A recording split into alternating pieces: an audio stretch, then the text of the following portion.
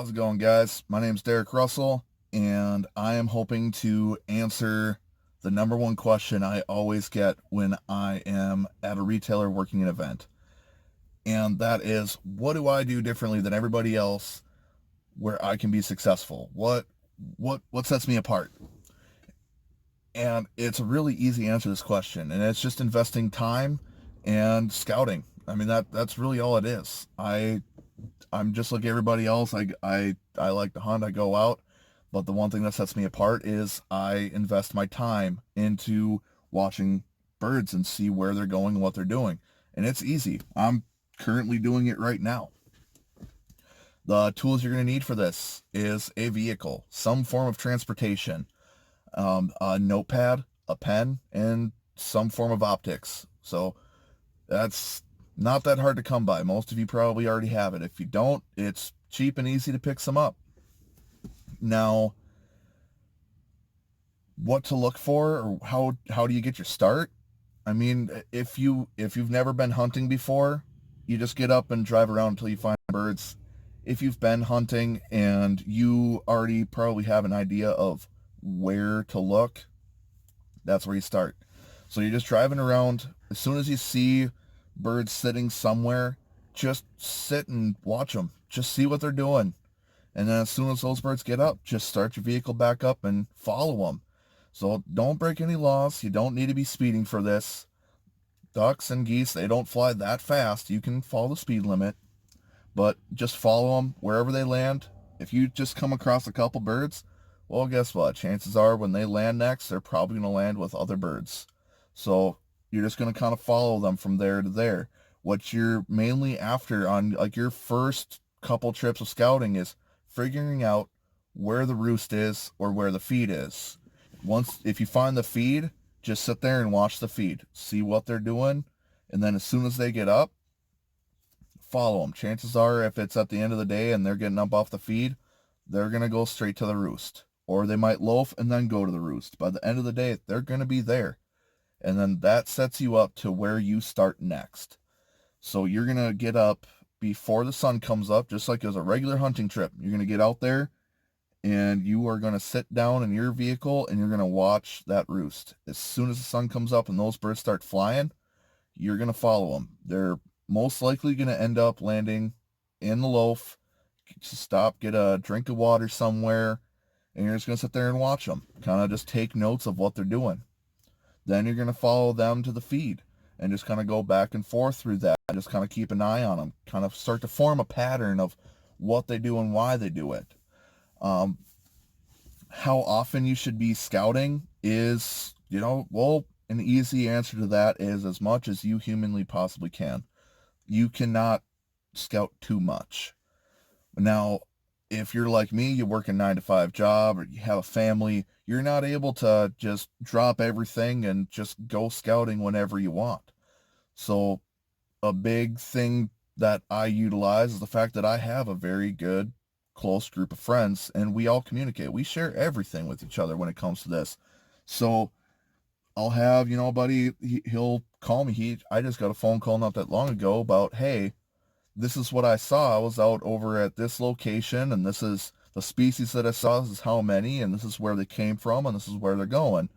I think that this is a good lead we should follow up on. So then, he can't scout, tomorrow. So I can't scout tomorrow. So my other buddy, he'll go. He'll take a look at that field or that pond or wherever it is. Well, amongst the group of friends, we'll all break it up into days where we can keep an eye on them. We're all taking notes and we all share those notes. So after you kind of have got your schedule down of when you can scout and where you're looking, and you can scout more than one spot. Trust me, I do it all the time.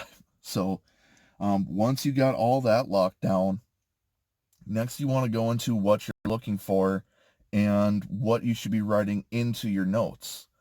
So when you're at a spot, you want to be looking at what they're doing. You want to make sure you're logging down times they get up, where they go, what they do, what they look like when they're in the water. Like family groups, like with geese, you always see family group here, family group here, family group here. That's very important that you're writing that down, because that will help you when it actually comes to the hunt. You can set your decoys up to look as realistic as possible. So right now I'm watching a flock sitting out here. There's a few geese up along the shoreline. There's a few geese kind of sitting in the middle. The ones on the shoreline, they're resting, sleeping, and feeding. The ones in the middle, they're kind of semi-active, swimming around a little bit. And then you got a few on the other side there. They're active. They're standing guard. They're the guys that are like, hey, danger, look out. Now, when I set up my decoys, I'm going to set up exactly as I would see it right now. So that way, when birds get up and they're flying over, they're like, oh, hey, this looks familiar. I'm going to land here.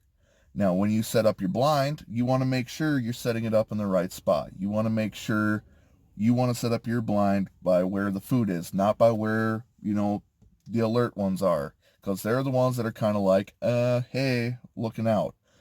Birds always want to land where the food is or where the action's happening. So you want to make sure that the motion and the feeders are all right there by you.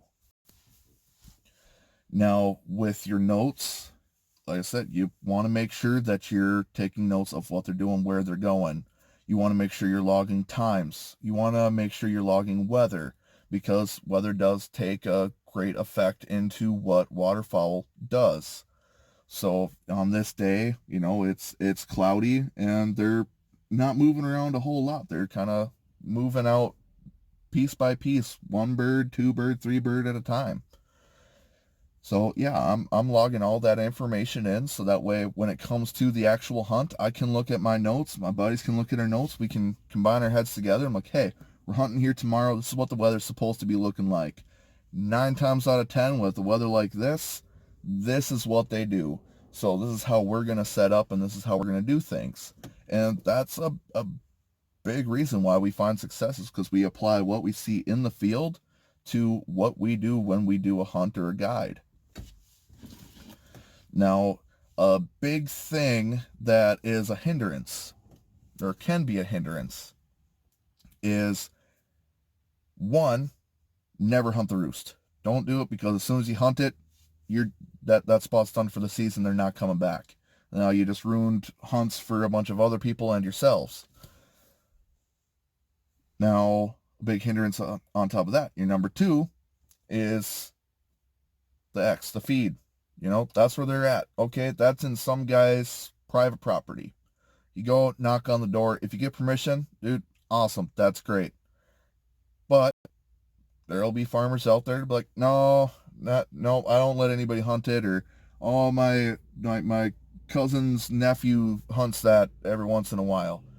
Okay, you don't have permission on there.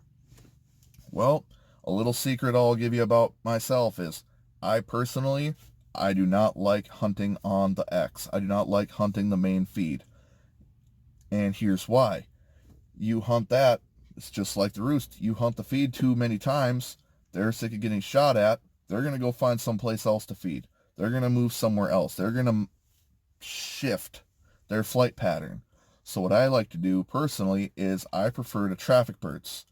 And looking at my notes and keeping my spread as realistic as I can greatly helps me with that, because it looks realistic. It looks like what they're used to, so they're more willing to land in there.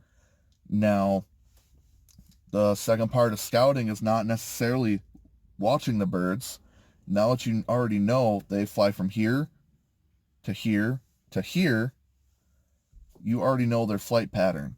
To traffic birds, in between there, chances are there's going to be public land. There's going to be places you can hunt.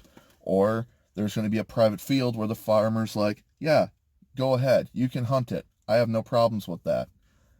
There you go. Now, what you do there is you're just in between, and you want to make sure that you set up multiple places. Like you have it noted down, multiple places that you can go, just in case you have your plan B. I showed up here, and somebody already showed up. They're already here to hunt this place. Well, okay, now what do? Well, I got plan B just a few blocks down the road here. I'm going to go set up in that plot. And then there I go. I have my spot to hunt, and it's in direct flight path. I've done my time. I've done my scouting. I know what to set up, where to set it up. And that's how I get my success. It's just being realistic and making sure I'm where the birds want to be, or in the flight path of where the birds want to be. It's easy as that, guys. Well, that pretty much wraps it up for the scouting portion of this. So if you have any other questions or want a little more detail on something I covered here, feel free to leave a comment, shoot me a message on Facebook, send me an email. I'm more than willing to share everything that I have up here. It's common knowledge for me. I don't like to hold things back. So thanks for watching, and hope you guys have a great day. Bless my soul, I'm gonna go duck hunting. Pintails, mallard, hood, and McGanses too. Bless my soul, I'm gonna go duck hunting. Got so cold, thought I lost 3 toes, hypothermic and a shade of blue. Early in the morning with the sun